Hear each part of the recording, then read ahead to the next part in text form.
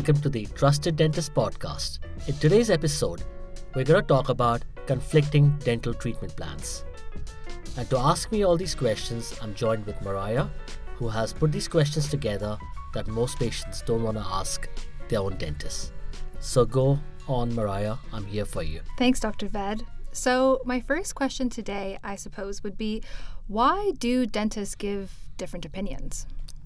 Well, that's a good question because dentists have studied in dental school in different parts of the world. For example, somebody who has gone to a dental school in Australia will have a different treatment philosophy and education pathway as opposed to someone who's probably studied in United States of America.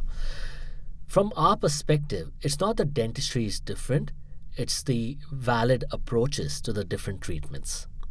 Let's take, for example, something very simple, such as getting your teeth straightened, right? You might have a dentist in some part of the world who believes in extracting a couple of teeth to make space and then pulling all the other teeth together so as to align them in a crowded situation. However, an orthodontist in a different part of the world who believes in expanding the jaw might say that's the wrong treatment approach. He would believe in giving you something called as an expander to open up your jaw, and that is a way of gaining space that can help align your teeth again. Now, who's right and who's wrong? Both are dentists, both very successful, and both, having treated thousands of patients, have different treatment approaches. That's exactly why you might have different treatment opinions and different treatment plans. Excellent. So, like you said, one dentist is right and one dentist is wrong, and how do you know which is which? I guess that would be my question. How do you know which is which? Well, you're absolutely right. At the end of the day, it's really important to follow the experience level of the dentist. Like I said, when you have a situation where you have a dental treatment plan which is quite extensive and you're not understanding it, that's a good starting point to ask the right questions. Most important part of this is to understand the reasoning behind the dental treatment plan. Let's take another example here. When you have a missing tooth in the mouth and say you go to a dentist and he recommends you have a bridge. Now, a bridge is a device which takes support of the teeth next to the area, and what it generally does is it holds onto those teeth which are shaved down and replaces the tooth in the middle. Now, is that a wrong thing? Absolutely not. That's been done for hundreds of years, right?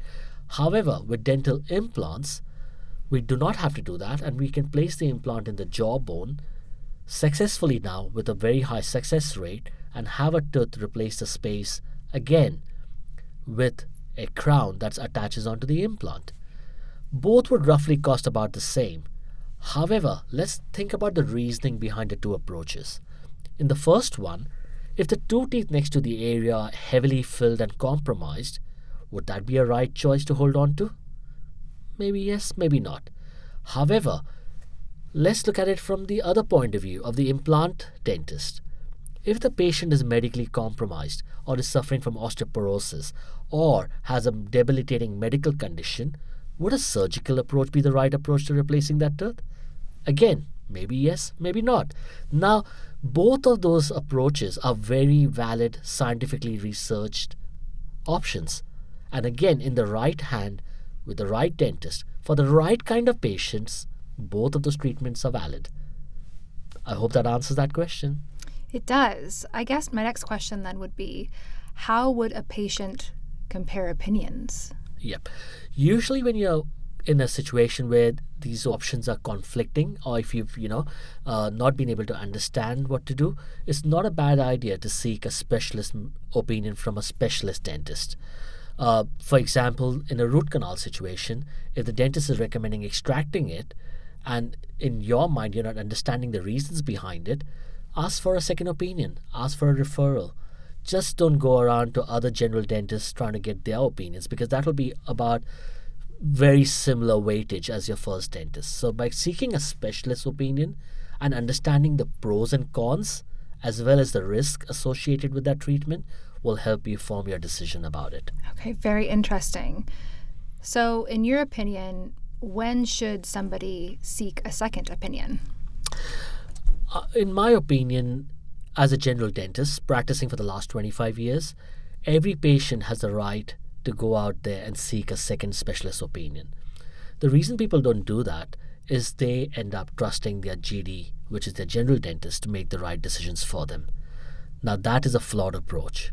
When me as a dentist is making a decision for you, it's obviously going to be led by my philosophies and what I do best in my experience. A good general dentist would obviously give you all your options, including that option of not going ahead with treatment and the option of going and seeking a specialist's appointment. When you have all your options in front of you and you can think through the pros and cons of each one, as well as the financial cost associated with each option, the risk associated with it, you as a patient and a consumer should be making that decision. We call it valid and informed consent. And a good dentist, and hopefully you have one, will support that decision for you. So, Dr. Ved, can you give an example of somebody who's come in and they're looking for a large amount of treatment and they're looking for a second opinion? Yeah. Mariah, funny you asked this question. Last night I got an email from a colleague who referred his friend, who's actually a CEO of a very large ASX listed company, who went to his dentist in South Melbourne and was quoted $48,000 for 24 zirconia/ceramic crowns. So he went and obviously spoke about it at office, and one of my friends who works, in one of the executive positions with the CEO, messaged me and said that his boss wants a second opinion on some dental treatment, and he's been quoted X amount of dollars. The conversation was a bit like he trusts his dentist. He's been seeing him for 20 years, but suddenly has been presented with this expensive dental treatment plan. He wants a second opinion from me, and he wants to send me all his records and quote him on the dental treatment, right? So as a dentist, I want to do the right thing by my friend. So I said, look, I have no problems having a look at it. I got an email from the gentleman last night, and it's got some basic records on there with some hand-sketched drawings and an extensive dental treatment plan for $48,000. When was the last time you went and bought something worth $48,000 of a sketch of drawings? Never. We would never do that, right? Even for a car, we would do a lot of research. We would go test drive it. We'll probably take it home. Then we'd go to 3 different car showrooms and obviously look at value, right? More importantly, you'd ask yourself the question, do I really need that car?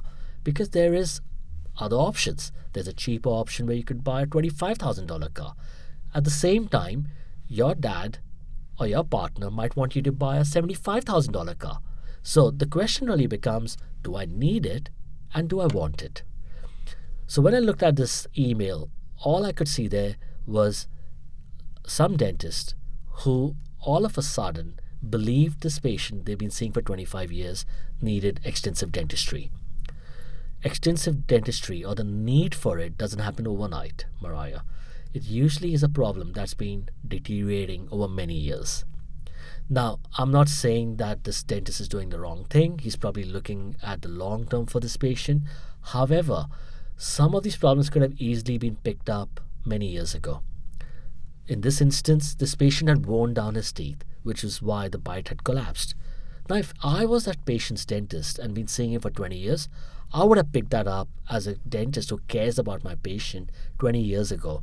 Maybe got him a bite splint, or maybe tried some resin bonding to help build his teeth up. Maybe slowed down this process so he wouldn't need all of this dental work so quickly in such a short period of time. So my answer to that was, slow down. It's not urgent. Definitely seek a second opinion and make sure you make the right decision. Amazing. Thank you so much, Dr. Ved. You're welcome. If you're on a journey to improving your smile, take your time and ask the right questions. And always seek understanding before making a decision. Because the best decisions are informed ones. If this episode has helped you in any way, share it with someone who might need it. This podcast is for entertainment purposes only and should not be taken as medical advice. Before making any treatment decisions, please seek independent medical advice.